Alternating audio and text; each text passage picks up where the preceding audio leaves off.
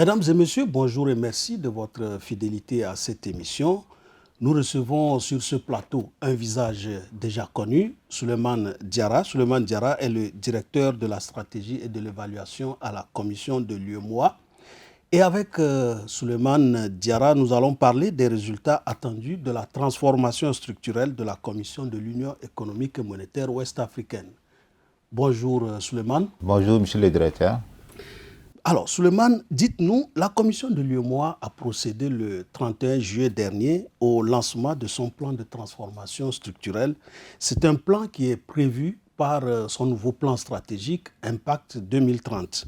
Dans son discours de lancement, je cite le président de la commission de l'UEMOA, M. Abdoulaye Diop, parlant donc du plan de transformation structurelle, a dit que c'est un plan qui s'impose comme une nécessité impérieuse pour une réponse aux divers constats relevés lors du diagnostic stratégique. Alors, dites-nous, qu'est-ce que le diagnostic stratégique a révélé concernant le fonctionnement actuel de l'organe exécutif de l'UEMOA? Merci monsieur le directeur. Je pense que c'est la troisième fois que vous me recevez sur votre plateau. Exactement. Le plaisir est pour moi d'être là encore ce matin pour répondre. Je pense que c'est une question, je pense, très importante en lien avec Impact 2030. Impact 2030, qui est notre nouveau plan stratégique sur l'horizon 2030. Alors, je pense que l'aspect qui concerne la gouvernance institutionnelle en lien avec ce qu'on fait sur les filières, c'est la transformation structurelle d'abord, de la commission même. Donc je pense qu'avant de faire un plan stratégique, c'est comme n'importe quel document de stratégie. On pose un diagnostic. Il y a une partie du diagnostic qui est interne, c'est là où vous voulez en venir. Donc ce que le diagnostic a relevé, je dirais, dans les cadres de l'élaboration de ce nouveau plan stratégique, c'était qu'en fait, il y a moins de synergie entre les départements. Vous savez, il y a 8 départements au niveau de la commission. Les départements travaillent moins en synergie. Il y a aussi des fonctionnements en silo. Voilà, fonctionnement en silo, ça veut dire que chaque département de la commission aujourd'hui pourrait être considéré, si vous voulez, comme une commission. Voilà, donc on peut conduire un programme ou bien un projet de bout en bout sans se référer à un autre département, et ce qui n'est pas normal. Il y a aussi la prise de décision. Il y a plusieurs séquences ou bien plusieurs niveaux de prise de décision, ce qui ralentit au fait des fonctionnements ou bien qui rend procédural notre travail. Donc, je pense qu'il y aura des boulots d'étranglement et des lourdeurs administratives que vous en connaissez. Donc, je pense en fait essentiellement c'est autour de ça. Mais il y a aussi un aspect très important. Ça, c'est la digitalisation. C'est-à-dire aujourd'hui, on doit sortir du papier. Toutes les institutions qui sont modernes, je pense qu'en fait, tout est digitalisé. On n'a même souvent pas besoin de se voir et ça permet de donner une célérité au travail. Et une efficacité. Voilà, une efficacité, une performance, si vous voulez, au travail, ou même à tout ce qu'on fait. Alors, vous avez dit tout à l'heure qu'il a été constaté que les départements de la commission de l'UEMOA travaillent en silo. Concrètement, avec ce nouveau plan de transformation structurelle, qu'est-ce qui va changer dans le fonctionnement que nous avons connu jusque-là? Donc, avec ce nouveau plan de transformation structurelle, je pense qu'on est en train de l'étaler sur 2 ou 3 ans, puisqu'en fait, c'est un cadre général. Si on ne le fait pas, ça pourrait remettre en cause fondamentalement la mise en œuvre même reçue du plan stratégique. Pour le fonctionnement en silo en particulier, comme vous l'avez cité, ce que nous comptons faire, c'est désormais mettre en relation ou bien en synergie forte les départements. On a commencé, vous savez, récemment, on a fait l'opération d'alliement de l'ensemble des programmes opérationnels de la Commission avec le nouveau plan stratégique. Donc, dedans, on a fait des dialogues de synergie, par exemple. C'est-à-dire, un département, vous êtes là, il faudra que vous changez forcément avec d'autres directions qui sont en synergie sur votre programme.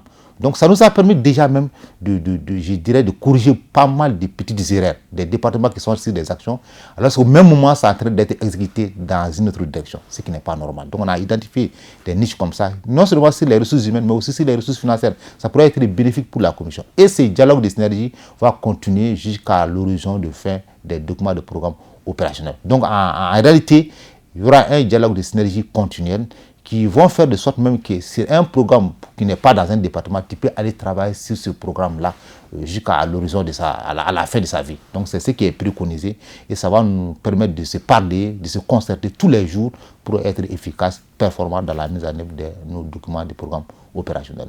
Alors, quand on parle de plan en général, on parle de projet. de projets phares contenus dans ce plan. Quels sont, pour le plan de transformation structurelle, qui est l'objet de notre entretien, quels sont les projets phares? Il y a 18 projets phares.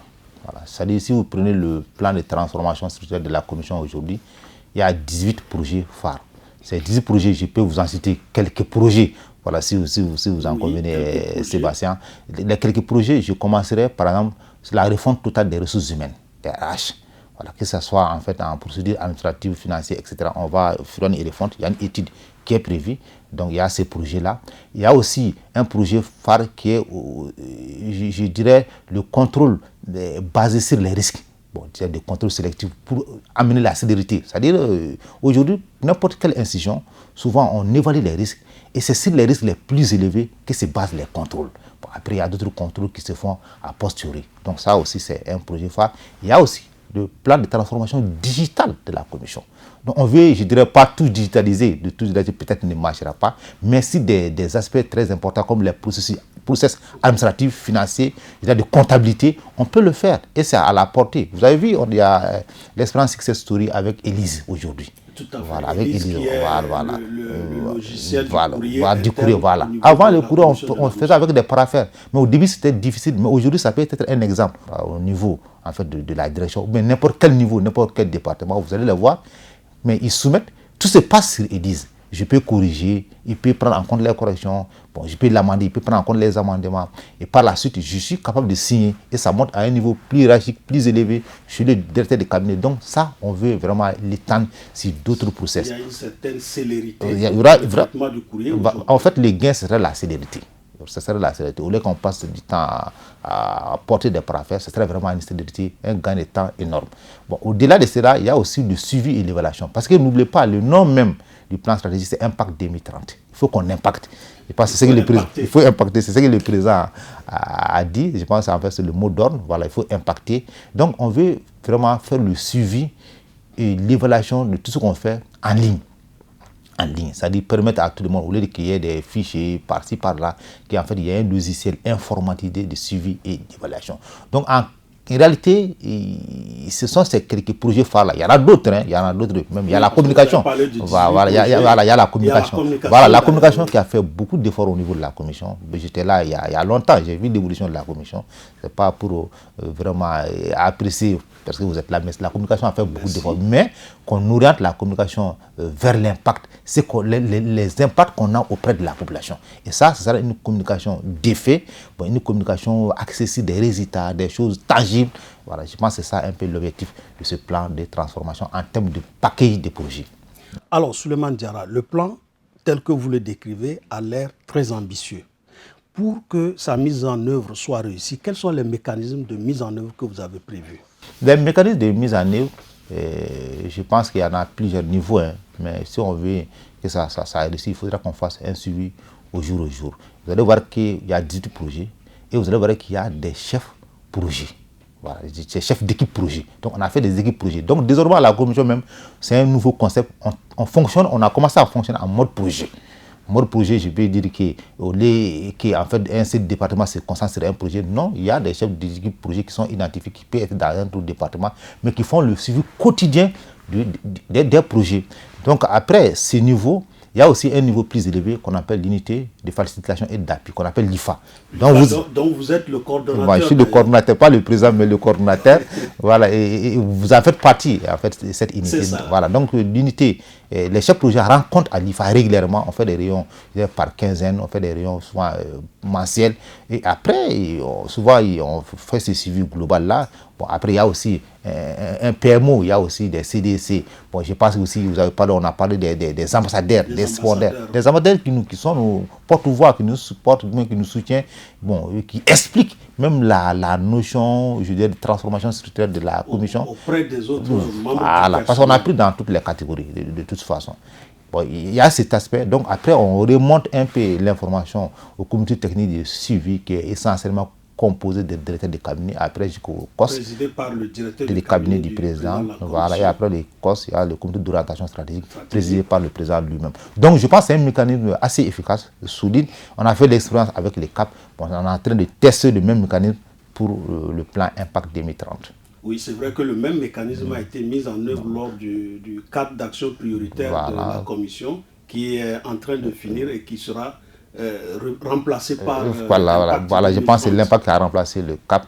Voilà, et depuis, je dirais, après l'adoption du plan stratégique, en septembre 2024. Par la Commission. Voilà, par la Commission. Alors, quels sont, selon vous, les véritables enjeux du plan de transformation structurelle de la Commission de l'UEMOA? D'accord. Tout à l'heure, comme on parlait des filières, des programmes filières coton, textile, vous allez faire d'autres mécanismes de communication. Exactement. Vous savez, le plan de transformation, c'est interne. Si on n'arrive pas à réussir en fait, la transformation structurelle de la Commission, on ne peut pas porter ce plan. C'est ça un peu, c'est ça l'enjeu. Si on n'arrive pas à réussir la mise en œuvre efficace du plan de transformation à l'interne, c'est comme si on va échouer aussi dans la mise en œuvre efficace du plan. Parce que on parle de transformation structurelle de nos économies. L'autre chose, c'est que nous-mêmes, à l'interne, on se transforme de façon structurelle. Sinon, le portage des projets... D'ailleurs, dans votre présentation à la cérémonie du 31 juillet, le président l'a repris d'ailleurs, il a demandé pourquoi se transformer. Voilà, exactement. Le président, il a mis beaucoup de points d'interrogation. Après, lui-même, il a donné la réponse. Mais moi, je cerne en disant que l'enjeu, c'est réussir la mise en œuvre efficace du plan stratégique auprès des États. On veut mobiliser les partenaires techniques et financiers, surtout les privés. Les privés vont jouer un grand rôle dans la mise en œuvre de ce plan stratégique. Et vous savez, au niveau du privé, c'est la célérité, c'est-à-dire ils n'attendent pas, les secteurs privés, c'est qu'on aille un peu plus vite. Voilà, bon, c'est ça un peu l'âge. Donc, au niveau interne, on veut s'imposer un certain nombre de choses, voilà, de bonnes pratiques pour répondre aux attentes du secteur privé. Alors tout à l'heure, en parlant, en décrivant un peu le mécanisme de fonctionnement, vous avez parlé des chefs d'équipe. Si... dans le cadre de la mise en œuvre de ce plan, si vous aviez un dernier mot, qu'est-ce que vous direz à l'endroit de ces chefs d'équipe, parce que c'est quelque chose d'assez nouveau à l'intérieur de la commission de l'UEMOA. C'est exactement le fonctionnement en mode projet. Mais avant de parler aux chefs d'équipe, je pense, comme je disais entre-temps, nous avons des ambassadeurs, ils sont au nombre de 3. On a un sponsor officiel qui est le directeur du cabinet du président. Un sponsor qui n'est pas un sponsor d'événement, voilà, un facilitateur. C'est exactement ça. Donc là, je les remercie déjà. Ils font beaucoup de choses en dessous pour nous, même s'il y a des résistances au changement. Ils nous soutiennent beaucoup en dessous. Donc je les remercie pour ça. Au chef d'équipe projet, comme vous avez posé la question, je dirais qu'il faut déjà un très bon boulot de travail. Je dirais de façon générale, ça va dans l'ensemble. Ça va dans l'ensemble, c'est-à-dire ils sont là, ils font un suivi quotidien. Ils sont arrivés, je dirais aujourd'hui, à presque élaborer toutes les fiches projet, à nous envoyer. Aujourd'hui, même l'autre jour, on a fait une réunion en ligne avec ces chefs d'équipe projet. Chacun est arrivé à montrer dans ces labs les livrables qu'ils ont déjà acquis. Donc, on continue dans cette logique-là. Cette lancée, il faudra que ça continue. Parce que la mise en œuvre d'un plan stratégique ne dépend pas de la seule direction de la stratégie. Nous sommes un coordonnateur. Nous essayons en fait d'impacter, bon, en se basant mais sur d'autres maillons de la chaîne. Donc nous, on coordonne, mais si on se limite seulement à la DSI, le plan en fait ne sera jamais mis en œuvre de façon efficace. Donc nous comptons sur eux qui continuent sur cette lancée-là à nous aider, bon, à aider la commission, puisque c'est avant tout la commission qui compte. Un véritable travail d'équipe. Un véritable travail d'équipe. Ils le font au sein de leur projet. Parce qu'un projet, c'est une équipe. Ils sont chefs de projet, certes, mais bon, ils se basent aussi sur les autres membres de leur équipe, mais aussi un travail d'équipe avec PMO, mais aussi avec la DSI. Un plan de transformation structurelle qui se déroulera, qui sera mis en œuvre avec l'accompagnement continu de la direction de la communication et de tout le monde. C'est exactement ça. Mesdames et messieurs, merci d'avoir suivi cette émission qui arrive ainsi à son terme. Je rappelle que nous avons échangé avec Souleymane Diarra, qui est le directeur de la stratégie et de l'évaluation à la commission de l'UEMOA.